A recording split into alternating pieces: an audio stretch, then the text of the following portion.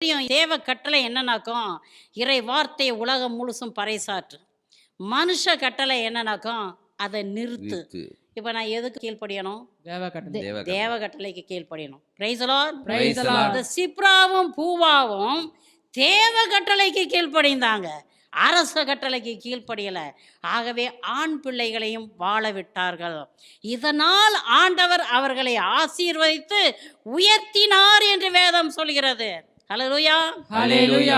பிரியமானவர்களே, நீங்க செய்யறது ரைட்டுன்னு உங்களுக்கு பற்றுச்சுனாக்கும், அதைத்தான் தேவன் விரும்புறான்னு சொல்லிட்டு உங்களுக்கு திட்டமும் தெளிவுமா தெரியுதுனாக்கும், துணிஞ்சு செய்யுங்க.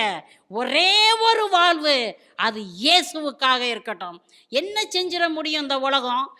நம்மளுடைய ரத்தத்தை சிந்துவாங்க, இல்லை கொலை செய்வாங்க. அதுக்கு மேலே என்ன செய்ய முடியும்? நம்ம என்ன செய்வோம்? நம்மளை கொலை செஞ்சுட்டாங்கன்னா நம்ம ஆத்மா என்ன செய்யும்? சொர்ன்னு போய் பரலோகத்தில் உட்காந்துக்கிறோம்.